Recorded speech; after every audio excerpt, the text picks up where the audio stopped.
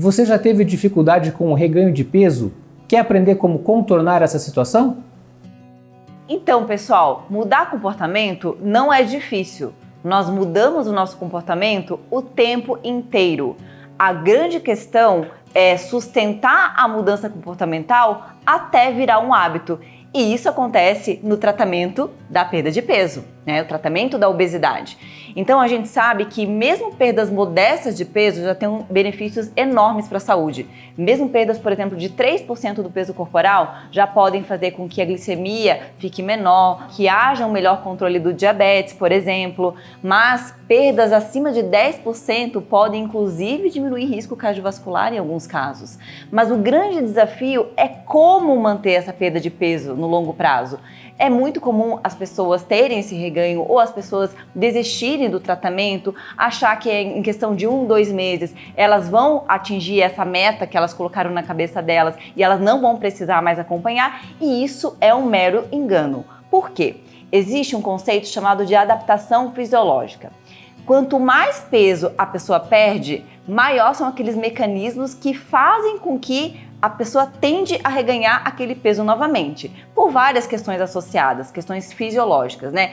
Além de ter um ambiente obesogênico, a questão cultural em volta da comida hiperpalatável, o sedentarismo que pode perpetuar, mas ao longo do tempo, quanto mais peso a pessoa perde, maior geralmente é a fome e menor é o gasto energético basal. Principalmente se essa pessoa não está fazendo uso de nenhuma medicação que possa ajudá-la nesse processo. Não que eu estou dizendo que todas as pessoas que precisam perder peso, elas vão necessariamente precisar de uma medicação. Mas é claro que em muitas situações a medicação ela vai ajudar sim, inclusive nessa manutenção. Mas em relação às estratégias comportamentais, o que a gente pode fazer para ajudar com que a gente mantenha essa perda de peso? Então eu falo que precisa existir uma mudança de pensamento, uma mudança geral na vida dessa pessoa. Não é só a questão alimentar. Então essa pessoa ela precisa se organizar para fazer melhores escolhas. A questão não é ser xiita aqui, né? Não é algo que ela vai fazer esporadicamente, um doce que ela vai comer no final de semana ou alguma outra coisa que ela goste que vai colocar tudo a perder. Mas quanto menos você sair do trilho, melhor serão os resultados. Isso a gente não pode dizer que não é verdade, porque é verdade. Então a gente sempre coloca, em relação à alimentação, por exemplo, tentar não passar de 2 refeições livres durante a semana para você não colocar tudo a perder. Então realmente ter essa disciplina. Em relação ao exercício físico, você colocar o exercício como sendo uma reunião inegociável. A gente sabe que uma das estratégias principais na manutenção do peso perdido no longo prazo é a gente tentar fazer essa meta de pelo menos 250 minutos de exercício físico aeróbico, pelo menos moderado, por semana, mas esses níveis podem chegar até mais, né? Então, existe uma curva, diretamente proporcional, né? Quanto mais exercício você faz, melhor são os benefícios para a saúde, até um limite que é um limite bem alto, onde existe um platô, mas, né, isso precisa acontecer. Então, você precisa colocar isso de uma forma consistente na tua vida, porque não tem caminho fácil, né? As coisas não ficam mais fáceis ao longo do processo. Então, realmente você precisa continuar fazendo aquelas mudanças para que você consiga ter o sucesso e a manutenção desse sucesso. Então faz mais sentido ter uma reeducação alimentar, conceitos alimentares adequados, porque esse papel das dietas milagrosas, eu vejo muito essa questão de reganho de peso nessa questão das dietas milagrosas, né? Eu vou fazer essa dieta tal, dieta XYZ, eu consegui perder peso e aquilo vai por água. Essa é uma questão bem importante. As pessoas elas perguntam muito, qual que é a melhor dieta para emagrecer? O melhor padrão alimentar para manter essa perda de peso é aquele que você consiga seguir, né? Então, dieta low carb, dieta cetogênica, né? Por um curto prazo, elas podem até funcionar, apesar de não serem dietas que a gente recomenda. Mas a grande questão é, quais são as dietas que se comprovaram realmente ter maior eficácia em relação a essa manutenção de peso, de perda de peso? Primeiro que assim, quando a pessoa faz um tratamento para perda de peso, a gente precisa restringir calorias, independente do padrão de dieta, de 500 a 750 quilocalorias ao dia, pelo menos. Esse padrão, ele pode ser um padrão de dietas de baixas calorias, ou muito baixas calorias por um tempo muito determinado. O padrão mediterrâneo, que é o padrão de dieta que realmente assim, é considerado hoje um dos melhores padrões para a nossa saúde, que inclui alimentos integrais, poucos alimentos ultraprocessados ou praticamente nenhum, muitas frutas, legumes, vegetais, bastante água, peixe pelo menos 2 vezes por semana. Eu particularmente gosto muito da dieta mediterrânea no contexto de doenças cardiovasculares, porque ela ela mostrou reduzir mortalidade, né, em relação a outros padrões dietéticos. Exatamente, então é uma dieta bastante interessante, né, dentro de um contexto de uma dieta hipocalórica, então ela pode ser hipocalórica e no padrão mediterrâneo.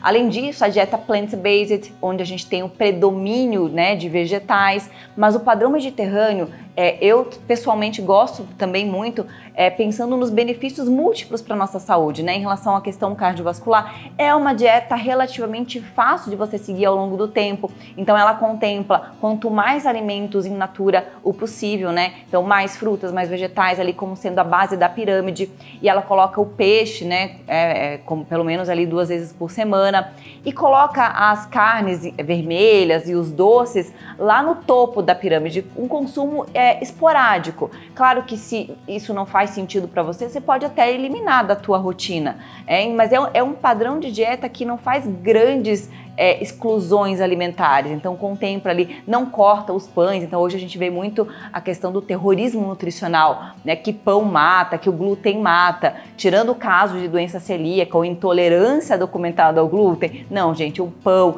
ainda mais um pão 100% integral, de fermentação natural, é um alimento de boa qualidade e pode sim estar na tua rotina, né? A grande questão aqui, independente do tipo de dieta, que é muito difícil às vezes a gente falar assim, você tem que comer pouco. Então, quando eu aumento esses alimentos que são menos processados, então, basicamente ali os vegetais, eu consigo diminuir a densidade calórica e aumentar o volume. E o nosso estômago, ele precisa do volume para mandar o sinal para o cérebro da saciedade. Então, às vezes é mais fácil você colocar esse padrão de dieta baseado em plantas, que pode ser plant-based, pode ser a dieta vegetariana, pode ser essa dieta do padrão mediterrâneo, porque você talvez não precise diminuir tanto esse conteúdo, você pode, às vezes, até aumentar um pouco o volume e aquilo vai te dar saciedade, porque se você acrescenta fibra e água, aquilo vai gerar mais saciedade e é mais fácil você fazer essa manutenção no longo prazo. Além disso, outras coisas que as pessoas às vezes esquecem, que o sono, ele é muito importante também, tanto para o tratamento da obesidade, quanto para a manutenção desse peso perdido no longo prazo. Então, prezar por um sono de qualidade. Em adultos, a gente recomenda pelo menos 7 a 9 horas por noite. O ideal seria, talvez, a gente dormir entre 10 e 11 da noite. A gente tem estudos nos mostrando isso. Gerenciamento de estresse é outra coisa bem importante. A questão do tabagismo e a questão da bebida alcoólica também. A gente sabe hoje que não existe dose segura de álcool, então não só para a questão do peso, mas para evitar outros tipos de doenças também. Então é uma série de coisas. E a gente precisa alinhar também, Rafael, uma coisa que eu gosto muito de falar para as pessoas, as expectativas. Porque quando a gente trata uma pessoa com obesidade, às vezes ela tem uma meta de peso que ela gostaria de chegar, um índice de massa corporal normal, uma meta de gordura corporal normal. Mas a gente sabe que esse processo nem sempre é fácil a gente atingir talvez essa meta que a pessoa pensa. Então, hoje a gente tem um conceito de obesidade controlada. Então, por exemplo, se a gente vê uma pessoa que tem um índice de massa corporal entre 30 e 40 e a gente compara com o maior peso que ela teve na vida, se ela conseguiu uma redução desse maior peso, tirando a gestação, é claro, né, de pelo menos 10%, essa pessoa tem uma obesidade controlada. Talvez ela não consiga atingir aquele patamar considerado normal, mas a gente sabe que essa perda de peso, esses 10%, já tem benefícios absurdos na saúde dela, inclusive em relação a risco cardiovascular, mortalidade cardiovascular. As pessoas hoje falam muito da questão também mental. A gente sabe que 5% de perda de peso já pode ajudar no tratamento de depressão. Isso é bastante sério e as pessoas às vezes se esquecem disso. Em relação à questão de libido, a gente sabe que 5% de perda de peso já pode também aumentar níveis de testosterona e aumentar a libido em homens, muitas vezes sem precisar de reposição. Então tem uma série de benefícios, mesmo com perdas talvez não idealizadas por aquela pessoa. Então a gente precisa alinhar muita expectativa. E quando essa pessoa tem um índice de massa corporal acima de 40, que seria uma obesidade grau 3, uma perda de peso acima de 15%, a gente já considera obesidade controlada. Mas claro, hoje quando a gente usa medicamentos, com a potência que a gente tem hoje de algumas medicações, a gente pode sim conquistar essas perdas de peso maiores do que essa, até acima de 20%, muitas vezes até perto de 30%. Em relação à questão do peso, para cada quilo de peso eliminado, eu tenho a redução de 1 milímetro de mercúrio nas medidas da pressão arterial. Então, se a gente conseguir eliminar 10 quilos, né, durante o tratamento da obesidade, eu tenho uma redução de 10 milímetros de mercúrio, que é equivalente a um tratamento antipertensivo. Inclusive, o Congresso Europeu desse ano de Cardiologia focou muito no tratamento de obesidade, né? Porque, claro, a gente não pode se esquecer de todos os outros fatores de risco para doença cardiovascular, que é o colesterol, hipertensão, diabetes, tabagismo, sono, mas a obesidade, ela precisa ser tratada assim, porque com ela vem uma série de outras consequências. Então, uma das estratégias é essa que eu conversei com vocês. Uma outra coisa é esse acompanhamento regular com a equipe multidisciplinar. Então, o médico endocrinologista ou outro especialista que esteja acompanhando você, o nutricionista, o educador físico. Então, ter esse monitoramento ao longo da vida, não abandonar o tratamento. Ah, eu consegui perder o peso que eu queria, então eu vou abandonar. Né? Não adianta.